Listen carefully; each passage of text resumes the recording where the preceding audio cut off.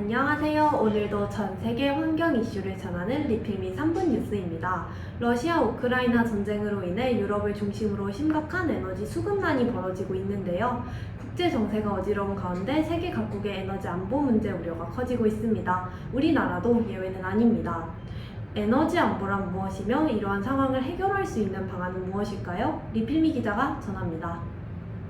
안녕하세요. 리필미 기자입니다. 소식을 전하기 앞서 지나가는 시민에게 세계 에너지 안보 문제에 대해 물어봤습니다. 네, 안녕하세요. 세계 에너지 안보 문제에 대해서 어떻게 생각하시나요? 전쟁으로 석유 가격도 오르고 있고 석유 공급이 중단될 수도 있다는 기사를 보고 너무 불안해졌어요. 수출하는 국가가 공급을 막아버리면 우리나라는 어쩔 수가 없으니까.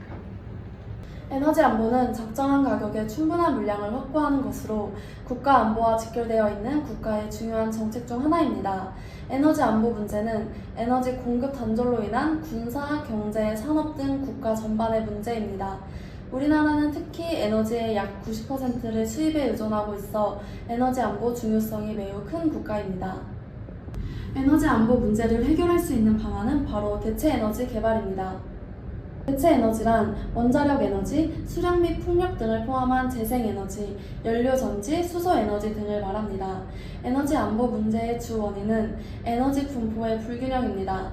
기존 석유나 석탄 같은 화석 연료 에너지원은 유한하고 그 분포가 불균형하며 이산화탄소가 배출된다는 문제점이 존재하지만 대체 에너지는 그렇지 않습니다. 에너지 안보 문제를 위해 글로벌 기업들이 자발적으로 진행하는 캠페인이 있다고 하는데요.